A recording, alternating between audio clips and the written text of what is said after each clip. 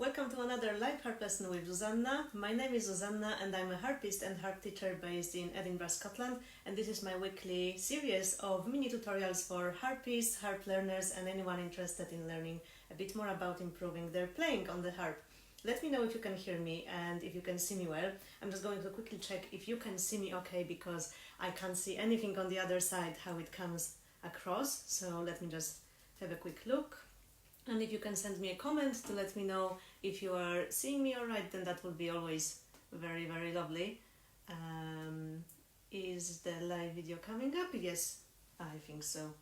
Let's make sure that it doesn't suddenly start talking back to myself with my own voice. So, if you are all fine on the other side, I wanted to talk today about big chords on the harp.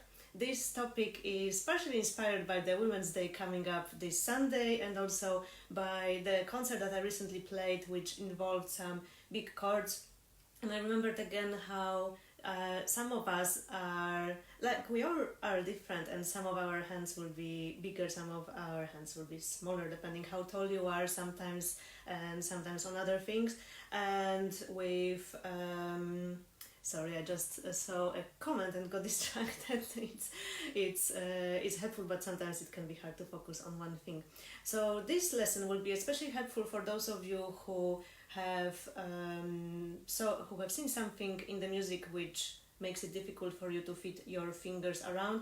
I'm going to share with you some solutions on how to make big chords manageable. With some of the chords we will be slightly tweaking them to make them easier to play. With some of them we will be looking at the other solutions, but I hope this will be helpful not only for people with small hands, but to anyone who sometimes feels a bit overstretched. If you're playing a lot of big chords, sometimes this can be just a bit too much for your hand, and we need all to have a bit of a relief. As always, there is a free PDF for this lesson where you will find all the exercises. You will find the link in the description of this Facebook Live, and then you can go to my website. You will get subscribed to my newsletter, so you can get notified when that lesson video will be on the website and when I will be publishing new materials. For today, I really encourage you to get the PDF. If you can't do it now, then that will be really great, because I will be talking about some examples, and the notes that I will be moving to other places on the harp will be marked in different colors. So I think it will be much more helpful for you to benefit more from today's lesson if you are following the music score for the examples that I'm using. So that's just a tiny note to get on the list and get your PDF. And now on today's topic, I will be talking first about the solutions. There will be some music, but if you're in for the music, please stay and let me explain first the things that we will be working on when it comes to the chords. I promise there will be some nice music playing later, but let's first talk about some questions that you may want to ask yourself when you're facing a big chord. And I'm going to move on to my lesson notes. The first question that you need to ask yourself is, do I really need all the notes of the chord? Because sometimes that's one way to move things around. So for example, when you look at the PDF, the first chord that I've got in bar 1 is a big 8-note G major chord, which sounds like that when it's spread. And let me see if I can play it straight. That's the chord. So especially our left hand is stretching really far here, because we've got 4-finger and second finger having an octave between them, and then that thumb needs to go on top to the B.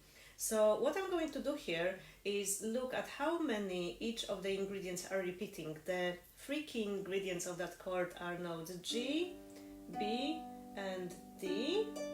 D repeats 2 times, G repeats 3 times, and B repeats twice as well. I don't want to remove the top or the bottom notes of the chord, because they are very often key ingredients either of the melody or the bass line. But let's have a look at whether we can remove any of those middle notes for the left hand. And because that G is repeated 3 times, I think I can safely get rid of that. Then that will mean that I can swap my 3rd finger with the 2nd finger on D, and left hand has a bit easier task, and we're just missing 1 note out of 8. For our ear, especially if that's a quick spread, that's the full chord, and that's the chord with alteration. It's almost undistinguishable for our ear, the small change like that, but it can make a big change for your hand, especially if there are more big chords in a piece, and in that particular piece there will be more big chords, which we will hear later. Another question that you may want to ask yourself: can any of the notes be played by the other hand? And if you're looking at the PDF, the first example that I'm giving is of a C major chord, and right hand plays G and C at the top, left hand plays C and E, but left hand plays that C and E across an octave, so that's again big stretch for the left hand. I don't know why the left hand is always the one which suffers a bit here. So that one is relatively easy. Sometimes it can be hard to spot that if you see it in the context of the piece, but here you can probably guess that I'm going to take that E from the left hand that was played with the thumb into the right hand, and I'm going to have 3 notes in the right hand and 1 in the left hand. All those examples are taken from real pieces. They are actually taken from different dances from Bernard André's Automats, and I will be playing a piece from that later. I will put the link in the bio for those of you who want to purchase the music. They are all real examples, and they are all, you will see more of similar things in many pieces, especially written by non-harpists, but sometimes you will also find harp composers who perhaps have big hand themselves and are not bothered by big chords like that. So here are some ways you can get around those things. Another question you may want to ask yourself: can any of the notes be played an octave higher or lower to decrease the spacing? And I'm going to play one example from Gavotte by Bernard Andrés, and I need to find the music, swap my notes for the music. So left hand line goes like that.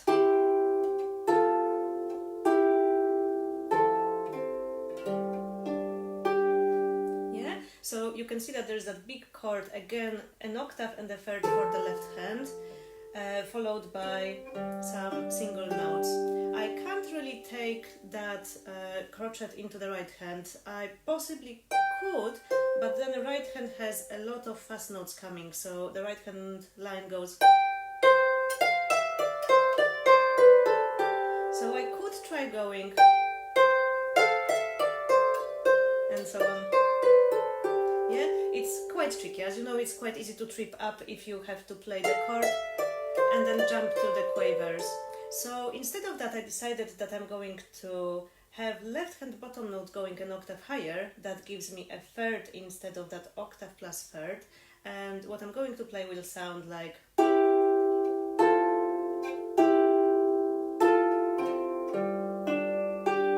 And with the right hand it will probably be almost undistinguishable again. Let me try playing that excerpt with the right hand together.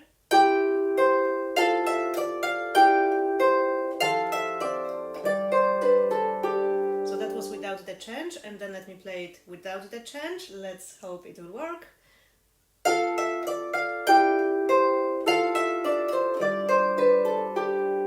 If you know what you are looking for, then you will probably hear that change, but if you know the piece really well and you're not listening to anything in particular, you will probably not notice that, because the harmony stays the same. Now the fourth question is actually questions 2 and 3 combined together. Can you move some of the notes an octave higher or lower, and can you also take them over in the other hand?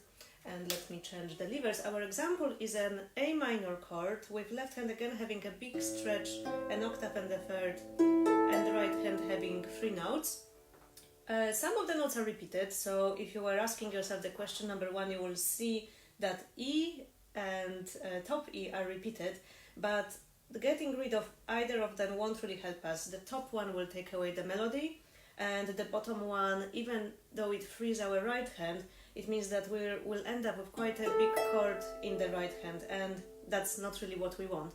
So instead of that, I've decided to take that top note of the left hand played by thumb and add it to the right hand chord. Again, if you're looking at the PDF, if you're looking at the music, you will clearly see the grey note becoming an orange note.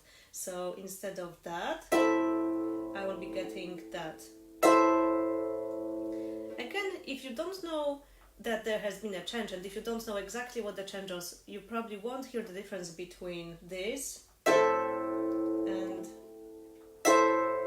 especially if it's within the context of the piece. Of course, now it's really obvious because I explained what I've done and you know what you're listening for, but if you're playing the whole piece, then probably not many people will notice that there was a change, and it will be again very easy, much easier on your hands compared to the previous version.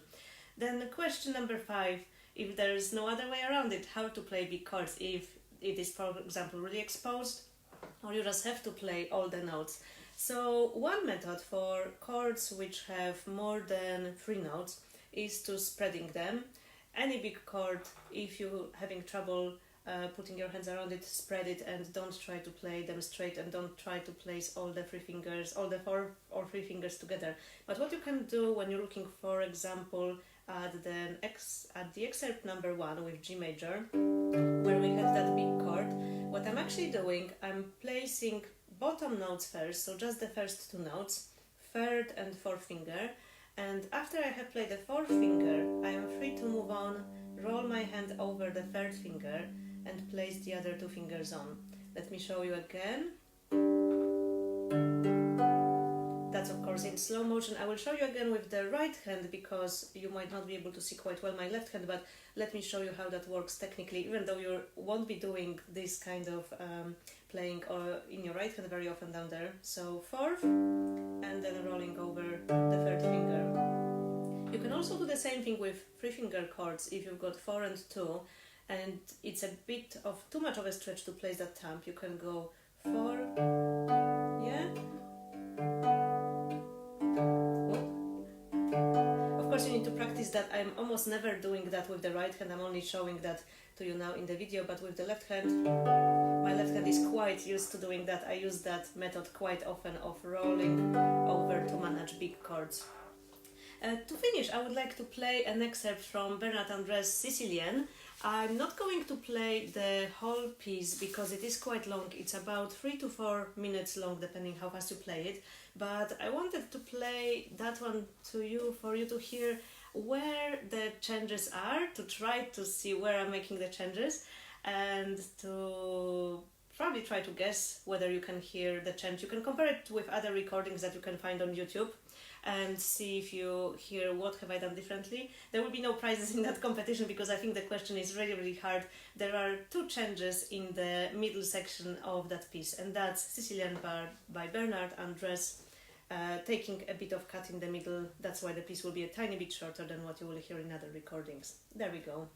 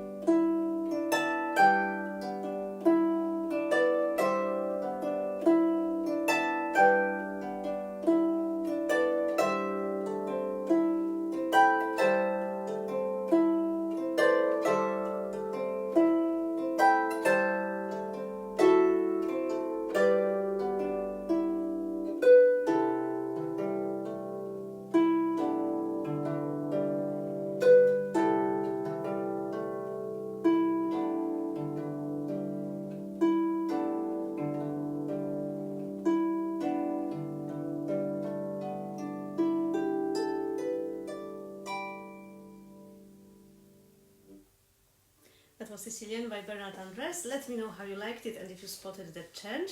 I think that was everything that I wanted to share with you in today's lesson, but let me quickly check my notes to see if I haven't forgotten anything important. And yes, there was one thing that I wanted to say. If you're into hearing more about spreading chords and how to make your spreaded chords or rolled chords sound very lush, check out my lesson number 21 on spread chords. You will find even more hints and tips on how to make them sound even more lovely. And if you found today's lesson helpful, let me know, put a comment, send me a message if there's anything that you would like me to talk about a bit more. And if you know someone who plays the harp and is after some good tutorials, share with them that video. I will really appreciate that. Thank you very much. Thanks for tuning in, and I'll see you next week. Bye!